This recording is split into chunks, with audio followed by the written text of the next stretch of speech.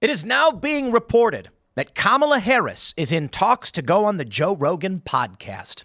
We've also heard that Donald Trump said that he thinks he is going to be going on Rogan's show. And this is what we have all been waiting for. Now, in reality, we're hoping for a debate between the two that's moderated by Joe Rogan. Maybe that's what's going to happen, but I really doubt it. I think Trump and Kamala, they want to go on because Joe's got a massive audience of moderates. That's why I think it's very important. You guys have heard me say it a million times that Trump supporters not attack Joe Rogan. He's an honest guy. He's a regular guy. He does great interviews, and everybody and their grandmother wants to go on his show. But I have questions. You see, my friends, when I go on Joe Rogan's show, it's been a while, but I've been on several times. I got a lot to say, and I have no problem being wrong. There's a lot of things that I think I can't do. There's a lot of things I think I can do, and I'd like to have that conversation when it matters, when it makes sense. But Kamala Harris is not particularly good at what she does. She has a terrible track record, and I feel like going on Joe Rogan will only destroy her. So why do it? Well, the reality is, my friends, Kamala Harris ain't doing too well. Right now, Polymarket has Trump up around 13 points. 13! These are forecasts based on where people are putting their money. The Real Clear Politics betting average has Trump comparably up massively in aggregate. And Kamala Harris has been spiraling. The rallies she's doing, the clips that are coming out, they're getting worse. They tried to do the basement campaign thing. Trump started to pull ahead. They said, we've got to get Kamala out there to do some interviews. And then everything started to decline. Right now, Donald Trump is actually leading in all the battleground states, except for Wisconsin. And only by about 0.4 is he losing. I got to tell you, Joe Biden was up 9 points in aggregate in the battleground states at this point in 2020. So it looks like no matter what happens, Kamala Harris's campaign is in a death spiral. Now, of course, even the Daily Beast is saying Kamala's talks to go on Joe Rogan's podcast show up campaign jitters. Joe Rogan is going to be like, so what have you been doing over the past 3.5 years that you would say has benefited this country? And she's going to be like, there's not a thing that I would do differently. And Joe's going to be like, I mean, come on, Abbey Gate, Afghanistan. There's been a lot of problems. You wouldn't do anything different. Like, you've not learned anything. But maybe this is it. Maybe she's hoping for an opportunity to turn things around, to say, no, let me clarify what that really meant. But she's going to sit there in the hot seat for up to 3 hours. I'll tell you a secret about Joe Rogan. The longer the show, the more fun he's having. I think it's not even a secret. It's fairly obvious. But there are guests that come on and the conversation you get sucked right into that show. And they go on seemingly forever. And there are some shows where, you get to that point, it's like, all right, I think we made it. And I can tell you this from being on Joe's show. I don't know how long it's supposed to go. It's like we sit down, we talk, and we talk as long as we can talk about stuff. And I could talk for 800 years. You get me going. That's the reason why I have a show. I talk too much. But let's read this story, and then I'm going to break down the polling for you to show you what's going on with Kamala Harris's campaign. It is an implosion, and I think there's a lot to break down here. The Daily Beast says Vice President Kamala Harris's campaign has opened discussions with Joe Rogan that could see her sit down for an interview with the controversial podcast host who counts an army of impressionable young men as his listeners. Let me read this. In the subhead for Daily Beast, they say, the conspiracy-mongering Rogan once called rape apologist and alleged rapist and human trafficker Andrew Tate a very smart guy. These people are just not smart, okay? Just not smart. Let me tell you. Andrew Tate is a smart guy. That doesn't mean he is a good guy. That doesn't mean you defend what he does, okay? I think Kamala Harris is not so smart. Yeah. I think Joe Biden's a smart guy, but not anymore. You know what I mean? You can be smart and you can be evil. You can be stupid and you can be good. You can be stupid and evil and smart and good. Joe Rogan's saying Andrew Tate's a smart guy. Andrew Tate's got like 1 billion followers. I'm exaggerating, but he makes tons of money. He clearly is smart and knows what he's doing. They're going to say Vice President Kamala Harris's campaign has opened discussions with Joe Rogan. They could see her sit down for an interview. Officials in the Democratic nominee's campaign met with Rogan's team this week, according to a report by Reuters. Harris's outreach to Rogan suggests a significant shift in her campaign following a panic of sorts among Democrats who worried her previous light, cautious schedule was scuttling her chances in the election. Polls showed her locked in a close race with President Trump and struggling with several key demographics, including men. Including black men. Come on. People are nervous. A source close to the campaign told CNN last week. As recently as last week, Democrats fretted that Harris was playing it too safe by limiting her appearances, avoiding policy details, and sticking to softball interviewers like late-night host Stephen Colbert, jeopardizing her ability to control the campaign narrative in the process. It's the most difficult oral exam on the planet for the most difficult job, and part of that is just that spontaneous town halls, all kinds of interviews, and not just friendly interviews. David Axelrod, a Democrat strategist, told Politico last week, I would be doing them if I were her. I love where the media landscape is going. I'm a big fan of Joe Rogan. He's a good dude, and I consider him a friend. I don't talk to him all the time or anything like that, but he's a good dude. And I am excited to see, finally, a return to real media. These political candidates, they go on these shows where they know the audience is canned. We had with Hillary Clinton. People are saying, the people in the audience are beltway elites. They work for these consulting firms. They work for these law firms. They work for the DNC. So when a candidate goes up there and says, you, sir, there, I've not met you before. Why not have you ask me the question? And then it's like Hillary's brother, and he's like, yes, he's got a fake mustache on. Not literally, but we get the point. They bring in people they know are going to give generic canned questions. We started to see a shift. I remember when Barack Obama did an Ask Me Anything on Reddit. And we were I don't know who was expecting anything substantial. Obama probably didn't even answer any of the questions.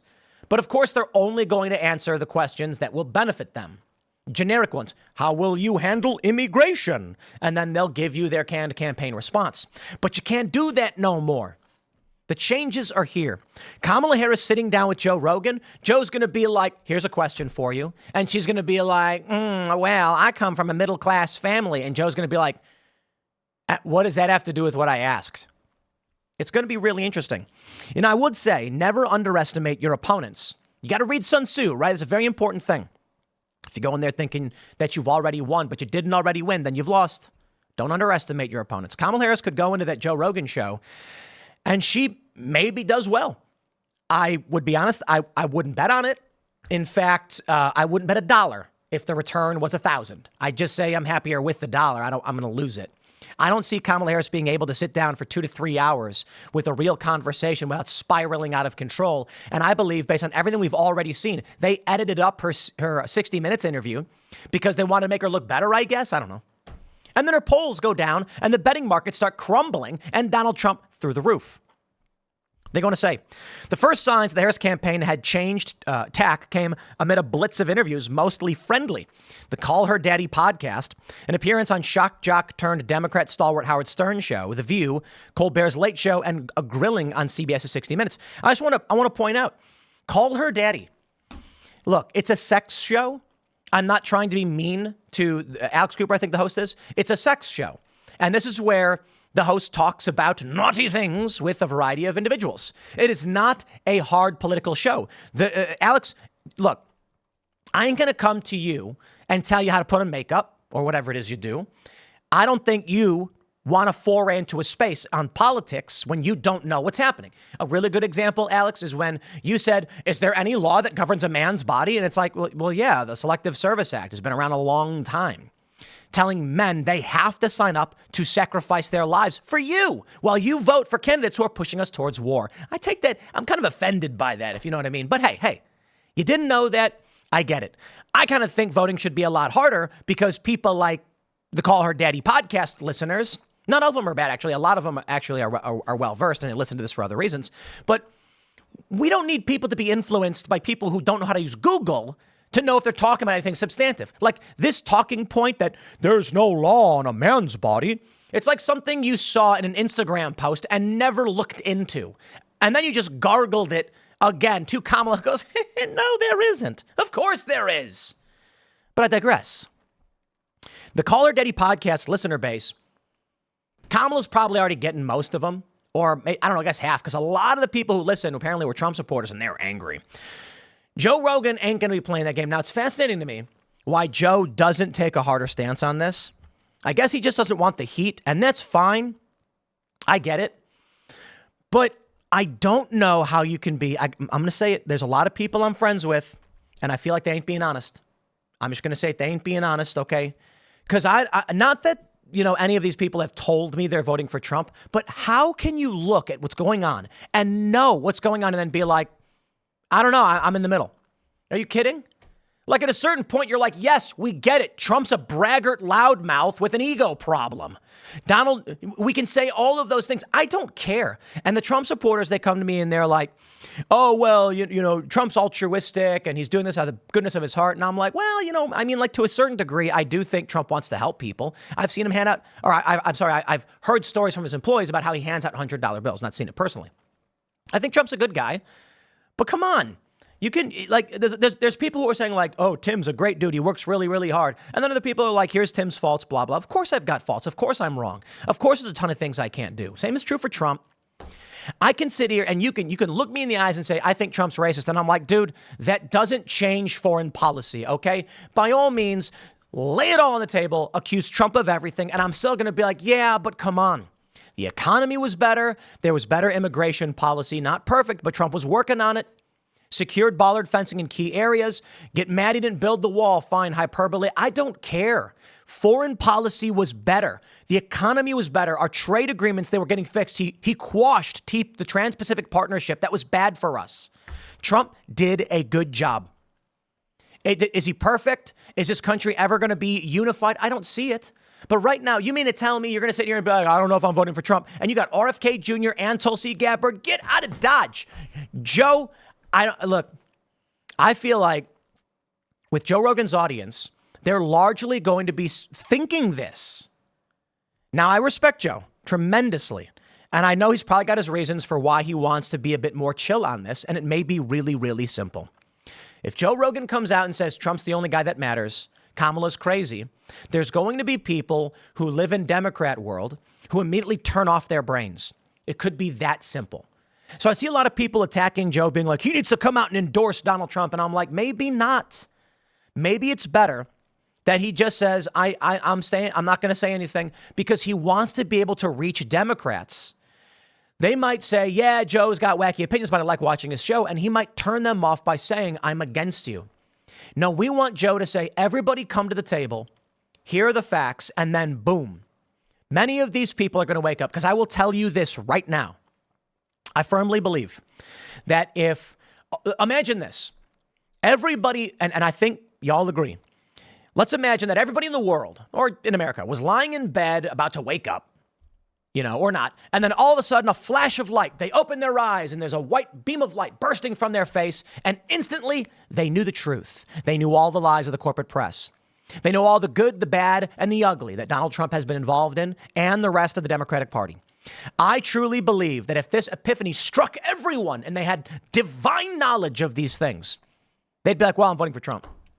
That's it. No matter how they felt, whether they were angry, whether they hated Donald Trump, they'd be like, I believe that if you know the truth, if you're an honest person, don't get me wrong, there's evil people. I'm saying your average person knowing the truth is going to be like, we have to vote for Donald Trump. That being said, Kamala and Trump going on Rogan, I believe only benefits Donald Trump. Because Rogan's audience is going to be like, we've seen enough. Kamala can't answer questions. She's been in for 3.5 years. It was better under Donald Trump. There's no reason to continue this. I think Joe knows this. And I'll tell you this right now, too, because Joe's a big fan of Tulsi Gabbard and RFK Jr., and so am I. I'd be willing to bet that Joe and I have very comparable politics. The big difference is I'm going to jump in the mud for better or for worse and outright just say what I think and feel, even if it's to the detriment of... And this is probably a mistake, maybe. Coming out and saying, I want Trump to win, turns off a lot of Democrats who immediately are like, you're the enemy. Joe Rogan's going to reach a lot more people. And not to mention he's a massive celebrity and he already does. I'm just saying it's a better strategy. Should that be the case? But I got libertarian friends who are like, I just don't think I'm going to vote. I'm like, oh, come on, dude. Nobody believes it for a second. You're not maintaining this anymore, okay? I'm a libertarian. I'm going to abstain because Trump's bad for these reasons. I don't buy it for 2 seconds. This is why you got Mises Caucus people in the Libertarian Party being like, yeah, I'd be a hypocrite if I were to vote for if I weren't going to vote for Trump. Because what are you going to do, libertarians? Vote for Chase Oliver? Get out of here. Donald Trump is going to give you marginal gains. Take them. That's how I see it. Now, Newsweek says Kamala needs Joe Rogan to fix her male voter problem. Indeed, she does. Donald Trump may also appear on Joe Rogan. Let's make sure we get some of the facts here. Now, I want to point this out from our good old friend ChatGPT. Total podcast views, downloads per platform in 2024. So right now, they say Apple Podcasts is still the dominant platform. I saw charts and data suggesting otherwise, but I did a fact check just before doing the show because I always want to make sure I got the details right. And it looks like Apple Podcast still is dominant, but Spotify is quickly taking over. However, Spotify is claiming they're dominant, so far be it for me to know. YouTube's in third. My understanding right now is actually YouTube is substantially larger than all of them. And it's because YouTube has shifted how they categorize things, and they have now created the video podcast section on the website. It's been there for like a year, I think. There's no way YouTube's only getting 20 million downloads per month. Sorry, not happening. Okay. The reason why I know this is none of this makes sense. I mean, you can look at my Social Blade. Timcast IRL does 20 million. That's just the show. And this show is doing 17 or 18 right now. So, I don't believe it. And Culture War does like 6 or 7 or something like this. So certainly YouTube is way bigger than all of them combined. This is what matters. YouTube is also the fastest growing platform. So this is going to change the game. That means it's you and me, baby. We are the ones who are shaping this.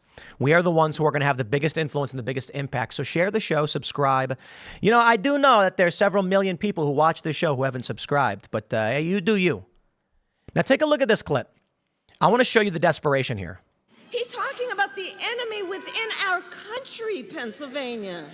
Oof, the desperation. He's talking about that he considers anyone who doesn't support him. No, he's not. Or who will not bend to his will. Nope. An enemy of our country. Certainly he's not. But listen to that. Listen to her voice. He's talking about the enemy within our country. Ooh. It's shrill, it's high-pitched, and it's panicked. I don't see how she recovers from this. Obviously, there's still the shadow campaign. Gallup is showing that for the first time since 1992, the Republican Party is bigger than the Democratic Party. Shout out to Scott Pressler doing that hard work. Polymarket right now, look at this. Donald Trump is up 13.4 points. Holy smokes. 13 points. Are you kidding me? Look at this. Trump's got the edge everywhere except Nevada. Wow, look at this, though. They're saying popular vote winner will still be Harris. But Trump's got the edge to win, and they're predicting a 55% chance for Trump to win PA. Now, this is not polls. This is people putting their money where their mouth is. They're taking cash, and they're saying, I make a bet. Over at the Real Clear Politics average, Donald Trump is up 9.2. Actually, is this the latest data? I bet the data is going to update soon because I think their Polymarket numbers haven't been updated yet. So Trump is up 9.2 right now. These are the betting odds. I tell you, as my friends, I think Donald Trump has the edge to win the argument. Winning an election is something totally different. The reason why Kamala Harris is struggling so much, and I'm going to round this out for you guys by burning holes in your ears. I'm going to show you why Kamala wants to go on the Joe Rogan podcast. Because, okay, look, I imagine it's like you got this friend that's constantly trying to help, but they keep screwing everything up. And you're just begging them to stop, to shut their mouths. I don't know if you've ever been in a situation like this. I have. I've been in meetings like I was doing a meeting once and I had a couple of friends. And I was like, hey, if you want to hang out, that's fine. And then they wouldn't shut their mouths and it made the meeting chaotic. And I'm like, these people should not be here. I should have come by myself. And so you've got the white dudes for Harris. You've got the, what is this? Here's one. If you thought that ad of men for Kamala was cringe, wait until you see the same group's Tim Waltz video. Oh boy. All right, here we go. It's a minute long and look, I know it's cringe, but it should make you laugh. White dudes. So, I think we're all pretty sick of hearing how much we suck. Every time you go online, it's the same story. We're the problem. And yeah, some white dudes are. Trump and all his MAGA buddies are out there making it worse, shouting nonsense in their stupid red hats and acting like they speak for us when they don't. All they've ever done is screw us over. But if you're not on the MAGA train, where do you go? Isn't it just swapping out one crappy option for another? Then it hit me. This isn't about picking teams. It's about who's got a plan that's gonna make life better for me and my family. So I've been doing my own research and decided to check out Kamala Harris and Tim Walz. And before you jump down my throat, they're actually talking to guys like us. No lectures, no BS. Just real solutions. This is why the Teamsters back Trump, huh? Come on. And help us take care of the people who matter. And honestly, I think Harris and Walz are the ones to make that happen. End of the day, you're your own man. It's your call. But if anyone gives you crap about it, tell them it's none of their damn business. I mean, sure, you can say it's none of their damn business, but I don't think that's the appropriate response. That's the cult response. You see, Trump supporters tend to be like, why are you voting for Harris? I want to talk to you about it. You can ask me why I'm voting for Trump, and I can give you reasons. Sometimes those reasons are a bit rudimentary. Oh, it's because, look, man, the economy was better under Trump, Kamala. I'm not a politics guy. That's fine, too. You might be way more in the weeds like me, and I'm going to be like, oh, where do I begin? Can we start with Burisma? Can we start with the administration's attachments? Joe Biden? I said Burisma. How about Abdurrahman al-Awlaki? Can we talk about the economy? Can we talk about the Abraham Accords? Can we talk about North Korea? Can I just talk about all of it? And I can tell you the good, the bad, and the ugly. And then I'll tell you how I don't take these decisions lightly. But they want to shut you down. Then, of course, you got this one. I'm a man. I'm a man. I'm a man, man. And I'm man enough. I'm man enough to enjoy a barrel-proof bourbon. Man enough to cook my steak rare. Man enough to deadlift 500, then braid the out of my daughter's hair. You think I'm afraid to rebuild a carburetor? I eat carburetors for breakfast. That I was ain't afraid of bears. That's what bear hugs are for. I'll tell you another thing I sure as shit am not afraid of. Women. I'm not afraid of women. I'm not afraid of women. They want to control their bodies? I say go for it. You want to use IVF to start a family? I'm not afraid of families. They want to be childless cat ladies? Have all the cats you want. I'm just going to stop. Who are they talking to? You know what? I'm going to say this because I don't want to get into an abortion argument on this one. But let me just say this because I got a friend who made this big post. She's a liberal. And she's like, women should have the right to choose. And she literally said, I do not believe the baby that was in me I do not believe the cells that were within me were a baby and I got an abortion. And I know that some of you may think that, but that's not how I feel. So why don't you just, if you don't like abortions, don't get them and leave other people to make their own choices. And I'm like, how are you making this argument?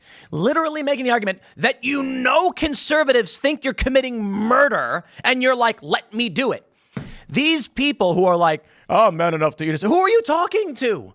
Like the people who are voting for Trump have made up their mind for a specific reason. You giving them platitudes and nonsense isn't changing anybody's mind. In fact, this is as cringe as it gets. And oh no, there's another one.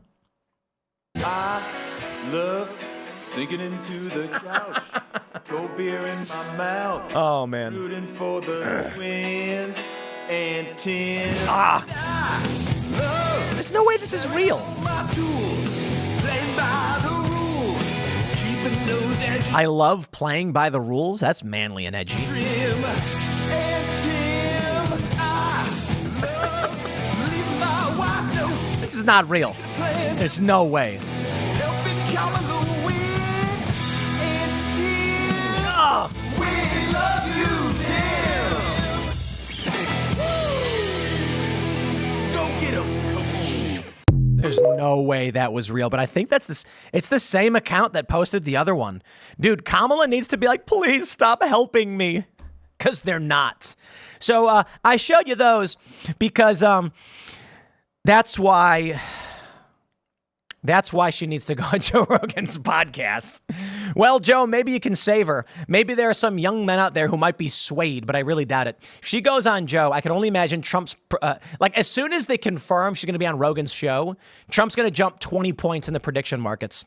Anyway, my friends, we'll wrap it up there. Smash the like button, subscribe, share the show with everyone you know. Follow me on X and Instagram at Timcast. The next segment's coming up at 1 o'clock today. You don't want to miss it because they're always fun. Once again, thanks for hanging out. We'll see you all then.